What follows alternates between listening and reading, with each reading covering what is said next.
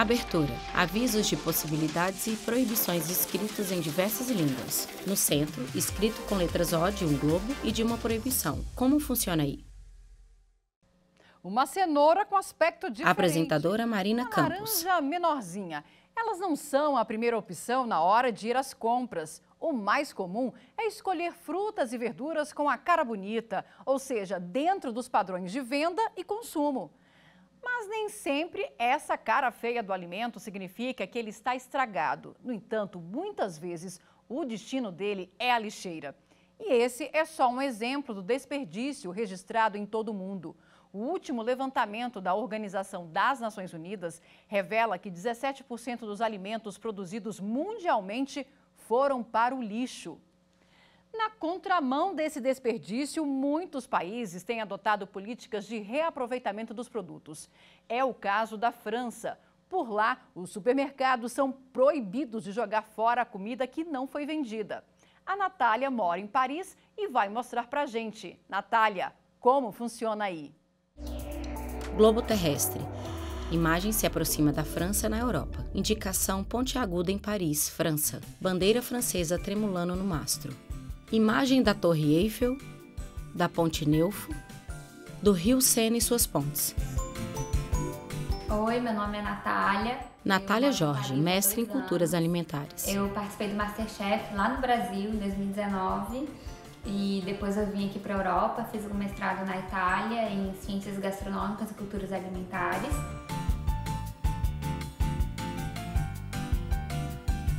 Eles têm uma meta bem ousada aqui de diminuir o desperdício de alimentos em 50% até 2025, com relação aos valores de 2015. Então, os supermercados, por exemplo, eles são obrigados a se associar a algumas organizações e entidades para doar os alimentos excedentes. E no dia a dia aqui, parece que tem uma conscientização um pouco maior para evitar esse desperdício.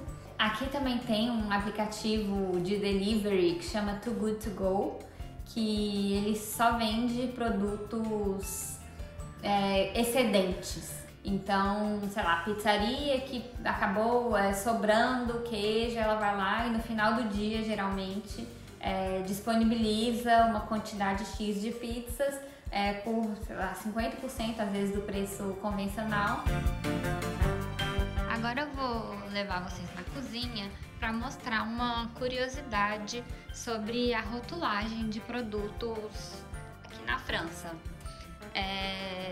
Para os produtos mais perecíveis, como queijos, iogurte, creme de leite, eles têm uma data de validade fixa na embalagem com dia, mês e ano. Mas para os produtos industrializados, biscoitos e esses produtos que têm muitos conservantes, geralmente ou artificiais ou até naturais, como sal e açúcar, eles não têm uma data de validade fixa. Eles têm uma data de validade mais sugestiva. Então aqui ele só tem o mês e o ano. E ele fala para ser consumido de preferência antes de tal data. Então, quando passar um pouco dessa data aqui, o consumidor não fica constrangido a jogar o produto fora necessariamente. Ele só sabe que ele não pode esperar que o produto esteja com a textura perfeita, como saiu de fábrica, mas também o produto não necessariamente vai estar estragado e vai fazer ele passar mal se ele consumir um pouco depois dessa data. Vinheta, como funciona aí? E para falar sobre esse assunto, convidamos o pesquisador da Embrapa Alimentos e Territórios, Gustavo Porpino. Doutor Gustavo, seja bem-vindo ao nosso programa. A gente viu a Natália contando como que funciona tudo isso lá na França.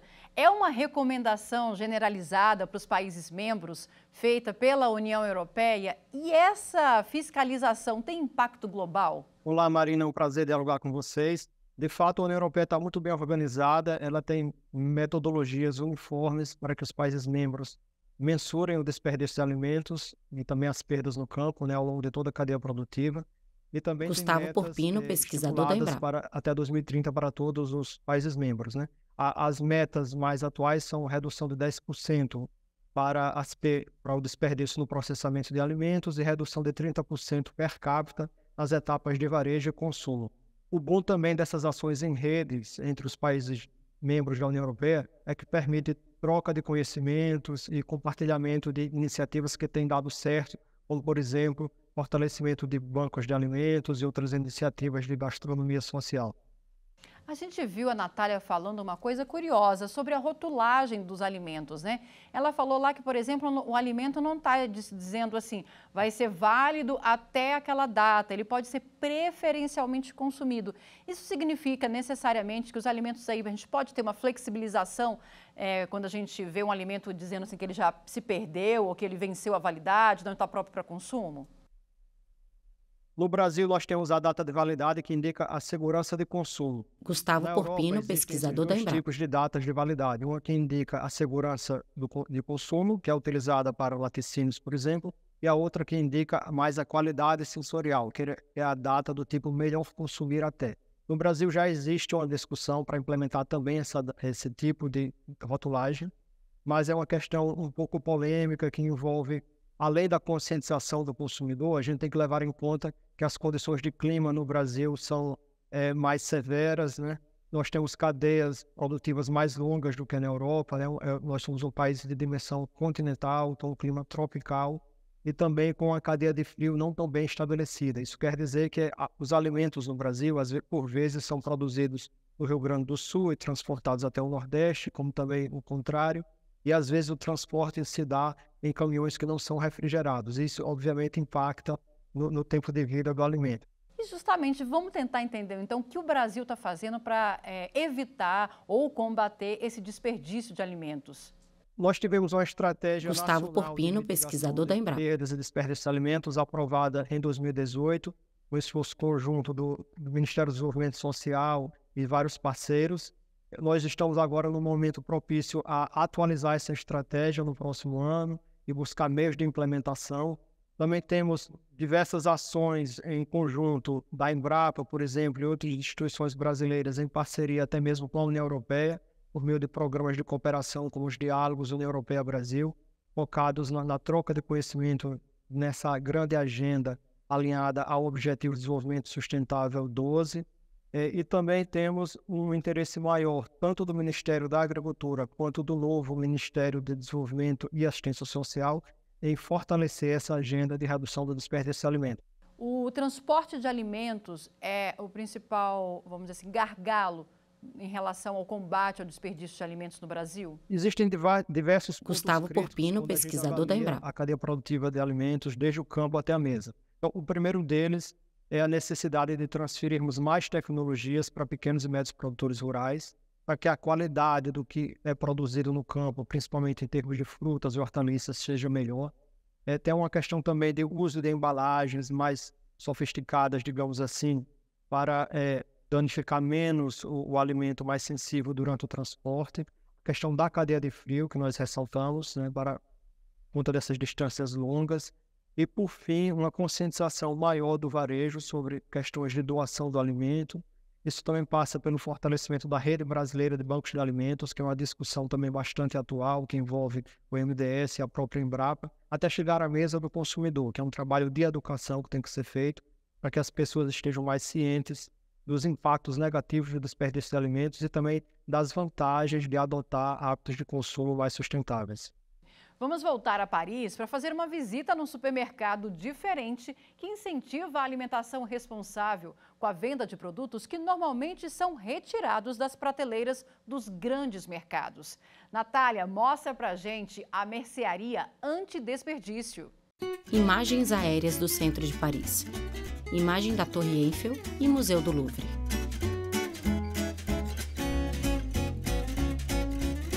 Aqui é nos Antigas. Natália Jorge, mestre em culturas alimentares. Tem vários lugares de Paris e é uma rede sustentável, porque eles só vendem produtos que seriam descartados pelas redes convencionais e eles vendem a um preço mais barato.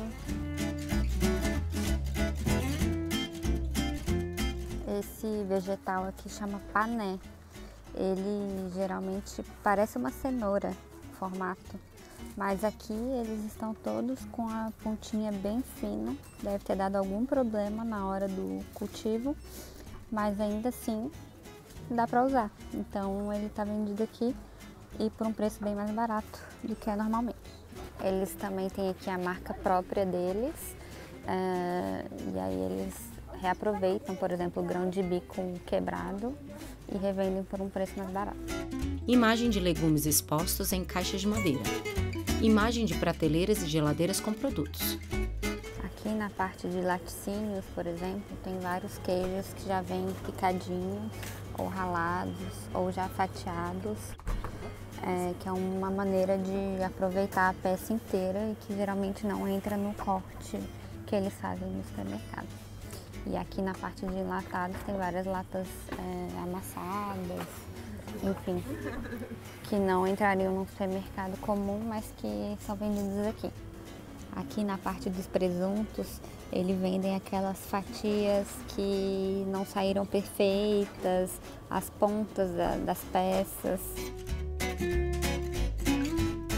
E aqui já no supermercado comum, geralmente tem esses produtos aqui, ó. São umas caixas que reúnem alguns produtos que já estavam quase passando, mas que ainda dá para usar. E aí eles juntam vários tipos de produtos, né? Então aqui tem alho poró, tem cenoura, tem rabanete, tem até algumas ervas. E aí por um preço bem mais barato. Vinheta. Como funciona aí? Doutor Gustavo, aqui no Brasil foi editada uma lei em 2020 que alterou aí a responsabilização dos estabelecimentos quando eles doam alimentos, né? Isso era aí uma polêmica e atrapalhava um pouco aí essa doação desses alimentos por supermercados, restaurantes, não é isso? Exato. Essa lei federal, ela facilita Gustavo o processo de Porpino, doação de pesquisador da alimentos Embrapa. ao isentar de responsabilidade civil o doador. E também diversos estados brasileiros há quase 20 anos já isentam o ICMS das doações de alimentos, como por exemplo o Rio Grande do Sul. A questão da isenção fiscal e da lei federal ajudam no processo de doação, mas a gente precisa falar mais sobre essa lei, conscientizar mais os varejistas sobre as oportunidades de doação e também pensar em novos modelos de negócio, como por exemplo os supermercados sociais que já existem na França, na Dinamarca, na Inglaterra, também podem chegar ao Brasil de maneira mais organizada. De certa forma, já existem supermercados sociais no Brasil, principalmente nas periferias, né?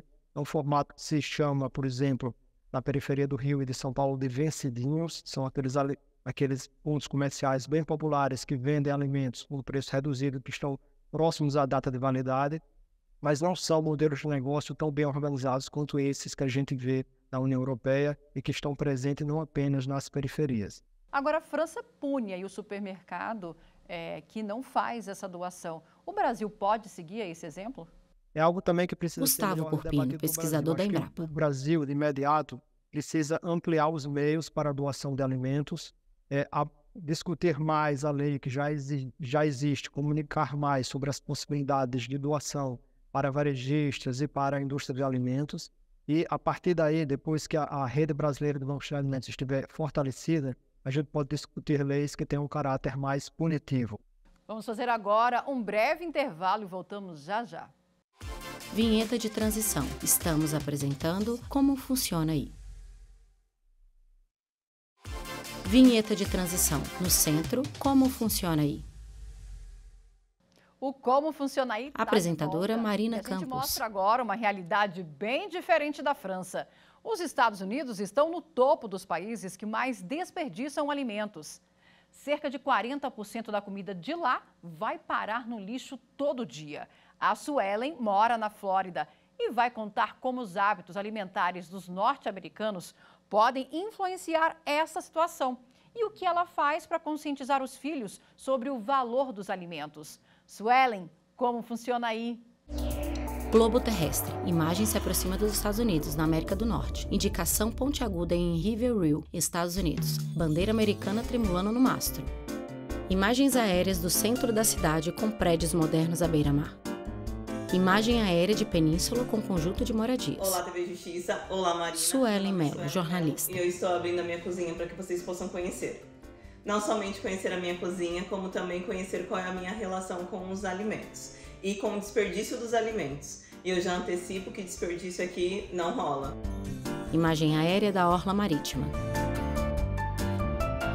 Eu moro nos Estados Unidos tem mais de Suelen 10 Mello, anos. jornalista. Tem muitas coisas que me agradam muito nesse país, mas tem outras que deixam a desejar.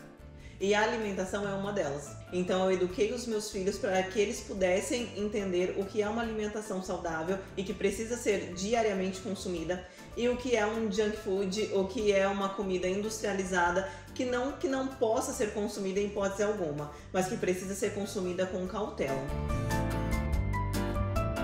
Eu respeito demais os alimentos, baseado em 3 princípios.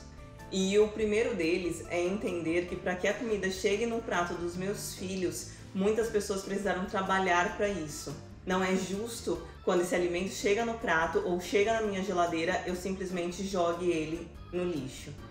Então é muito importante que a gente tenha um planejamento, uma organização para que a gente possa entender como utilizar cada alimento e como preservar ele o máximo possível. O segundo princípio é entender que nós somos privilegiados e que, graças a Deus, nós temos acesso a pelo menos 3 refeições diárias, o que infelizmente não é a realidade de todo mundo. Não fecha a conta quando você percebe que existe um desperdício muito grande de alimento, enquanto existem pessoas que ainda não têm o que comer. E o terceiro princípio é, como uma boa capricorniana, eu não jogo dinheiro fora. E desperdiçar alimento é a mesma coisa que rasgar dinheiro. E a gente não faz isso.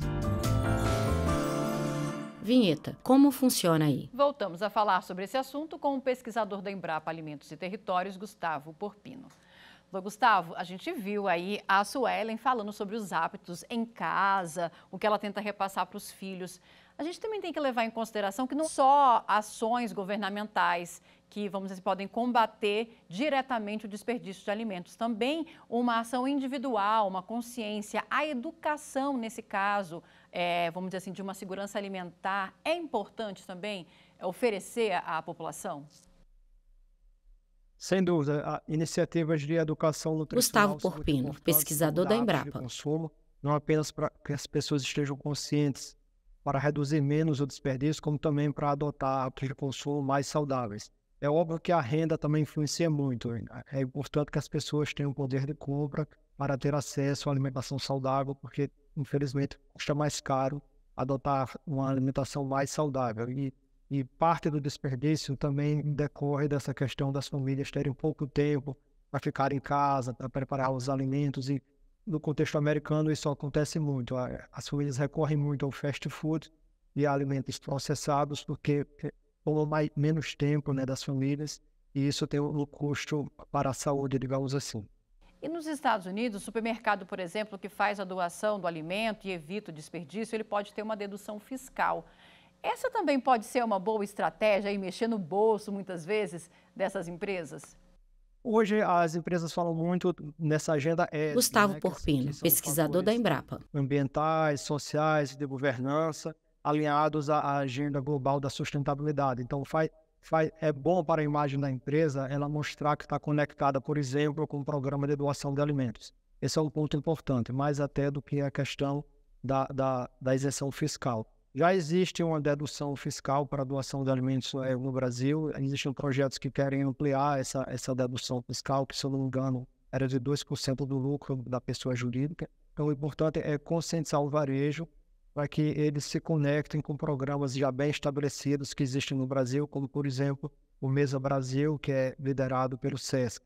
Nacionalmente, está presente em todos os estados. E o Brasil tem como estratégia nessa linha e nessa política de combate ao desperdício o Banco de Alimentos. O que ele é, como que ele funciona aqui no Brasil? Os bancos de alimentos... Eles Gustavo Porpino, pesquisador da Embrapa. No Brasil existe essa rede Mesa Brasil, que é liderada pelo SESC.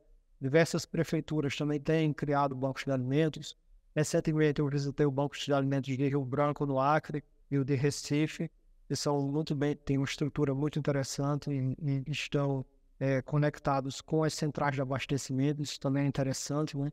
Em praticamente todas as capitais brasileiras existem as chamadas CEASAs. E nas CEASAs normalmente ocorre muito desperdício de alimentos. Então é interessante que haja sempre um banco de alimentos conectado com a CEASA fazendo a triagem daquelas frutas e hortaliças que não serão mais comercializadas, mas ainda são seguras para consumo e podem ser destinadas para entidades de assistência social. Então, o Banco de Alimentos, normalmente, ele recolhe as doações de redes de supermercados, da indústria de alimentos e até de associação de produtores.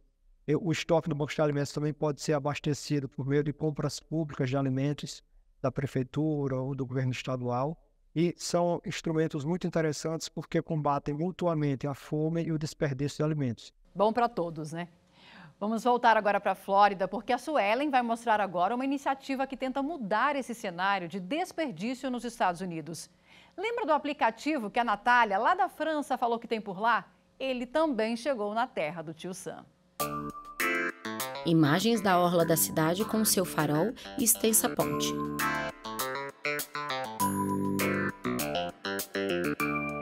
Foi através desse meu interesse Suelen Mello, jornalista. sobre alimentação sustentável que eu conheci o aplicativo Too Good To Go. Esse aplicativo ele consiste em fazer parcerias com restaurantes e empresas que trabalham com alimentos, mas que precisam descartar esses alimentos ao final do dia. Não que eles não estejam próprios para o consumo, mas porque eles não atingem mais a qualidade esperada por aquela empresa. Aparece na tela imagem do aplicativo no celular. Eu vou fazer essa compra e vocês vão ver como é legal utilizar esse aplicativo.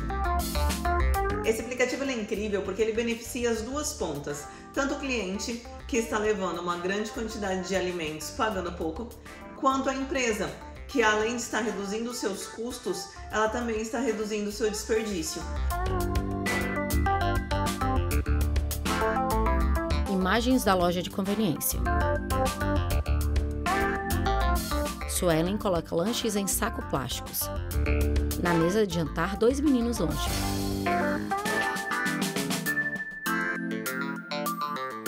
Marina, Suelen Mello, jornalista. É sabido que nos Estados Unidos a população consome muito fast food. E fast food é um tipo de alimento que, se não for consumido, ele precisa ser desprezado, tanto no restaurante quanto em casa. E também é sabido que é uma população que consome muito enlatado. E o enlatado ele tem uma durabilidade muito maior. De qualquer maneira, ainda os Estados Unidos é o país que mais desperdiça alimentos. Será que o especialista poderia nos dizer o porquê? Vinheta, como funciona aí? Vamos responder a pergunta da Suelen, mas quem vai responder é o Dr. Gustavo. Dr. Gustavo, por que então os Estados Unidos acabam aí desperdiçando tanto alimento? Nos Estados Unidos eles têm problemas ainda na etapa Gustavo de Porpino, produção, pesquisador da Embrapa. perdas ainda no campo decorrentes de eventos climáticos, principalmente como geadas e secas. Também tem um problema de previsão de demanda que às vezes acontece. Então tem picos de produção, por exemplo, de tomate, o preço do tomate cai muito e a perda do tomate acontece ainda no campo. Já no final da cadeia produtiva, que é o caso que a Suelen estava nos falando, existem excedentes na indústria de alimentos. A indústria de alimentos se conecta com rede de mercados e vamos dizer que não conseguiu escoar todo aquele estoque de sopas enlatadas, e essas sopas enlatadas encalham ainda na indústria e precisam ser escoadas para um banco de alimentos, por exemplo. E tem o desperdício que é decorrente das porções muito grandes nos restaurantes, das famílias não fazerem bem a previsão, né, do que deve ser preparado nas refeições, as compras muito abundantes em atacarejos, naqueles supermercados que incentivam muito promoções do tipo leve 3, pague 2. Então é todo um sistema de consumo que valoriza a abundância e isso termina resultando em desperdício de alimentos. Essa questão toda envolve, obviamente, a segurança alimentar, mas também envolve um risco ambiental. Fala para a gente um pouquinho sobre esses riscos. Estudos da Organização das Nações Unidas para a Alimentação Gustavo Porpino, pesquisador da Embrapa, no ambiente, mostram que se o desperdício de alimentos global fosse analisado como se fosse um país, seria o terceiro maior emissor de gases de efeito estufa, atrás apenas da China e dos Estados Unidos. Então a gente está falando de um problema global muito relacionado com as mudanças do clima, né? Boa parte do que é descartado nas diferentes etapas da cadeia produtiva de alimentos termina sendo jogado literalmente em lixões e emitindo gás de efeito estufa. Então é muito importante que diferentes níveis de governo, não apenas os governos federais, como também as cidades, estejam mais atentas para as possibilidades de implementar os chamados sistemas alimentares urbanos circulares, que são sistemas que são pensados para aproveitar ao máximo o alimento, valorizam práticas de agricultura regenerativa, buscam meios para conectar, por exemplo, quem produz com quem consome nas cidades, né? Conectando diretamente o consumidor urbano com produtores rurais, e também dão uso aos diferentes resíduos que são gerados ao longo da cadeia produtiva de alimentos, né? O resíduo da feira livre pode virar uma compostagem, nós podemos ter também aí produção de biogás. Então, essa lógica da economia circular, ela pode ser muito mais implementada na cadeia produtiva de alimentos. É verdade. Doutor Gustavo, muito obrigada pela participação no nosso programa. E a gente fica por aqui, preparando a nossa próxima viagem. Siga a gente nas nossas redes sociais. Estamos no YouTube, no Instagram, no Twitter e no Spotify. É só digitar @Rádio ITV Justiça que você encontra tudo lá. Até a próxima! Créditos finais. Direção: Diogo Ramos. Produção: Lívia Faria. Apresentação: Marina Campos. Edição de texto: Marina Campos. Cabelo e maquiagem: Kelly Raridade. Assistência de estúdio: Emerson Oliveira, Joel Ribeiro e Sávio William. Operador de TP: Ricardo da Costa. Iluminação: Ítalo Cândido. Operação de áudio: Anderson Oliveira. Operação de sistemas: Orlando Filho. Edição de pós-produção: Paulo Mendonça. Videografismo: Leonardo Veloso. Núcleo de programação: Rosa Wazen. Núcleo técnico: Fábio Guedes. Núcleo de produção de programas: Flávia Soledade. Supervisão: Coordenadoria de Gestão da TV e Rádio Justiça, Secretaria de Comunicação Social STF. Realização: Rádio TV Justiça Essencial 2024.